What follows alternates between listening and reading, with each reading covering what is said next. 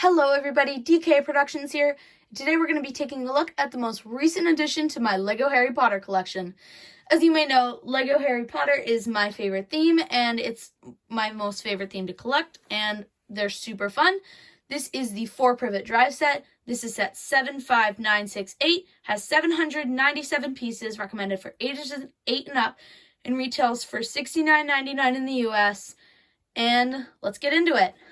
The Ronald Weasley minifigure in this set is the same one that we saw back in 2018. He has the gray sweater with red undershirt, and if you take his hairpiece off, he has that really scared, kind of crazy expression.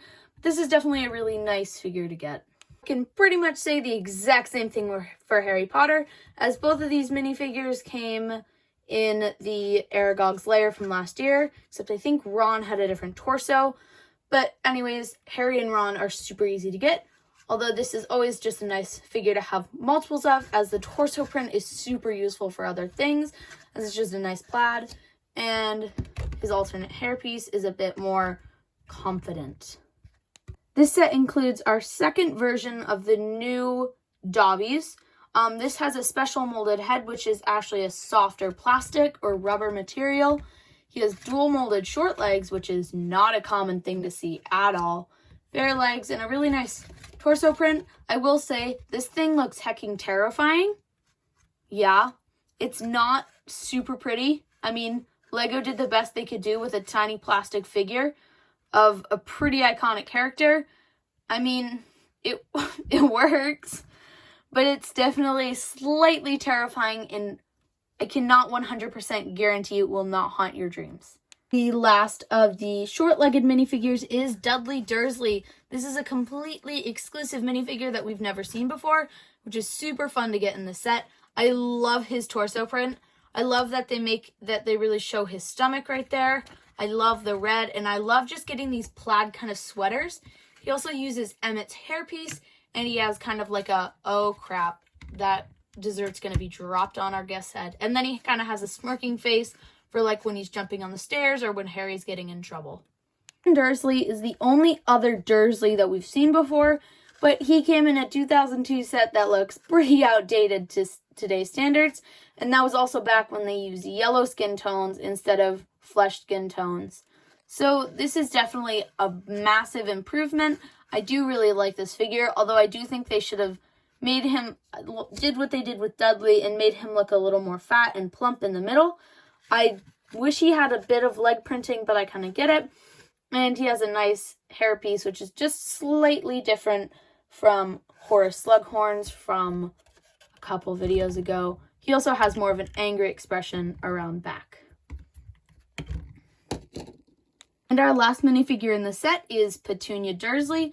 I really like this figure. She's exclusive, and she's wearing probably her most iconic outfit from the movie. It's this white blouse with these flowers and leaves printed on it, and I think it's a really nice top piece to get. I definitely would use this for like a minifigure or like just a fall older woman. I really like her face print, as it has the wrinkles, which is not something you see all the time, and then she has a really funny expression behind. Now, what you're looking at right now is my only complaint for this set.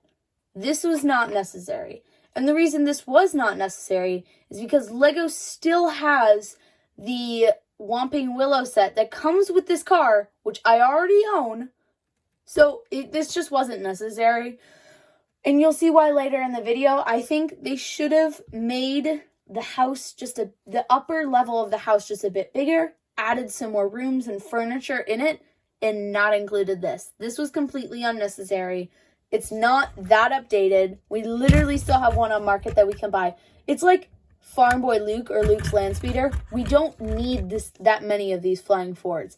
It's a cool car, and it's not even all that accurate. This is my only complaint with the set, and it does work with a pretty cool play feature where you have a chain, and you'll see how that works on later in the video.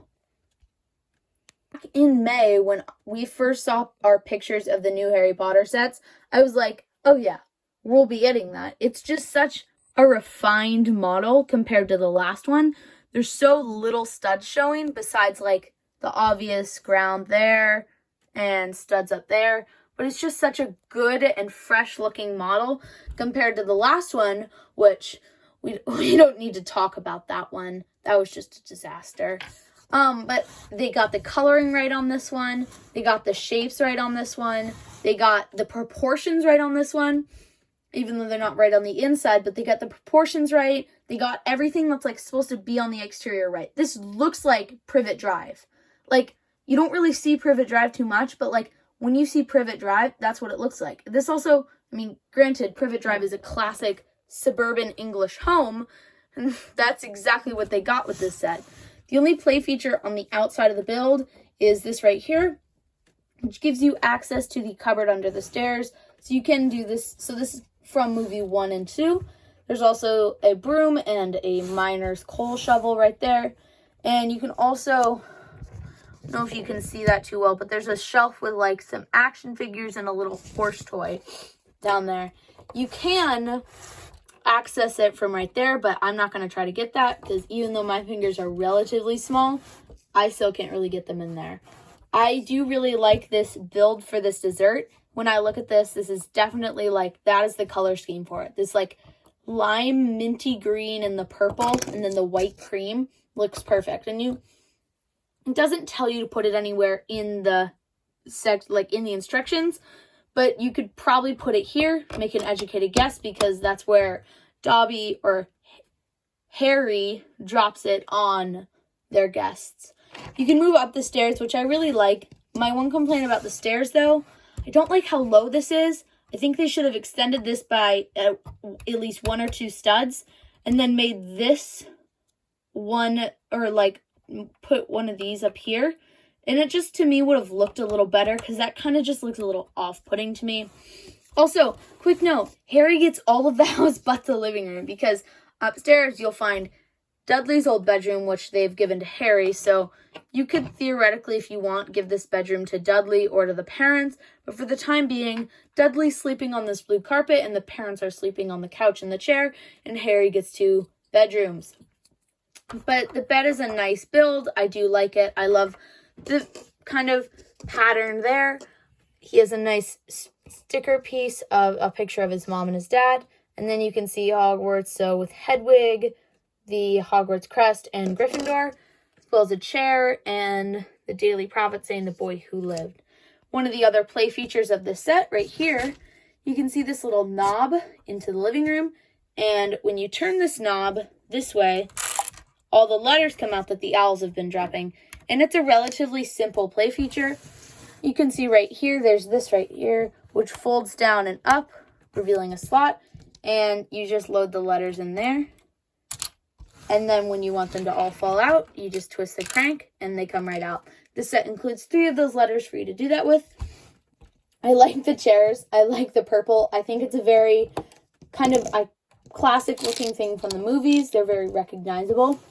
I like this little table with the flower. I like the plants that are just included in the set in general. They're really nice. And the carpet. A complaint about the living room though, they use, if you look underneath, they use the big green plate to basically make it the front, which I think was a good idea because it would look weird if it was tan or brown.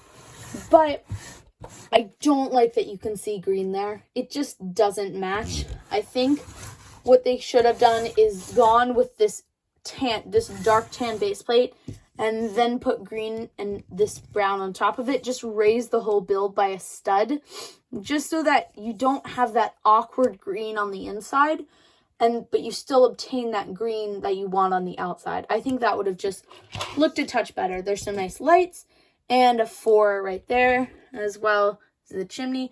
I love how this roof is built. It is built very similarly to how Florian Fortescue's roof is built on Diagon Alley. And when I first saw this, I thought these were all tiles that were put at a certain angle. But now that I'm like looking at it more, it's not. It's these 1x3 slanted bricks. But this just achieves such a good look, and I'm very happy with how that looks. The last play feature of the set, as mentioned earlier, involves the car. It's pretty simple. You put the car's chain right there, and you pull the car. And it pulls out this nice barred window right here. And I wish I could have it so that I could set the car like this, because that's just such an iconic shot. You could just see like the chain, the thing open, and then the car goes vroom, and Uncle Vernon goes whee out the window. Let's take a look at the packaging now, and then the final verdict. There's nothing really to say about the instructions. I will say though, in the back, you will find an advertisement for the other sets. Note, they actually don't advertise the Burrow or Diagon Alley. Granted, they probably don't advertise Diagon Alley since it just wasn't released yet. But I'm kind of surprised that they don't advertise the Burrow, as I think it would be like a more popular set. And definitely good instructions. The box for the set, however, was kind of surprising to me. I was expecting just like a skinny $70 box. No, that's not what I got. This thing is thick. Like, that is a thick box. Like, that's a solid 5 inches right there. And that was just surprising to me. Like, this is probably double the thickness of something like the Astronomy Tower box. And that was kind of just surprising. When I, like, had it in my hands, I was like, this is big. And honestly, that's getting to the next point. Point is, no matter how you look at it, it's just not worth $70. I think that's why they put it in that bigger box, just to make it feel like you were getting something $70. You can look at the piece count and you can be like, well, DK, it actually has almost 800 parts. It's 3 parts away. Well, that's not the only thing, okay? It's small. This is a small house. Like, I can almost touch the top with my fingers. That's like maybe 8 inches. It is not a big house at all. And when I finished building it, I wasn't underwhelmed because I love how it looks. Don't get me wrong, this is an amazing set. It's just not worth that $70 price tag. LEGO's been really good about pricing their Harry Potter sets fair. Like, they could easily get away with pricing sets like Diagon Alley way higher. And people would still buy it. And they've just been good about it. And I kind of feel like $10 less and this would just be more worth it. This feels way, like if I looked at this and didn't see the box or anything about it, I would say $40. Now that I've built it, I've seen the box and everything, I think $50 or $60 would be appropriate, but $70 just seems like a lot to me. And overall, would I recommend this set? I would recommend this set with reservations, because it is a very good set, and if you want to collect all the Harry Potter sets like I do, then this is definitely on your list. If you just like this set, I would say get it. But if you're kind of pushed or pressured for money and you don't know whether to get this or something like the Burrow or something like that, I would say maybe stay away from this set. Get a Star Wars set, get a City set, get a different Harry Potter set if you're just not sure about this set. Because if you're really worried that you're not going to like it, you might not like it.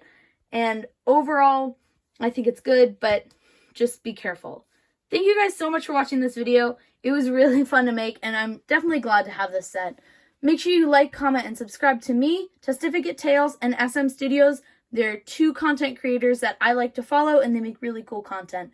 And make sure you comment and like below. Bye, guys!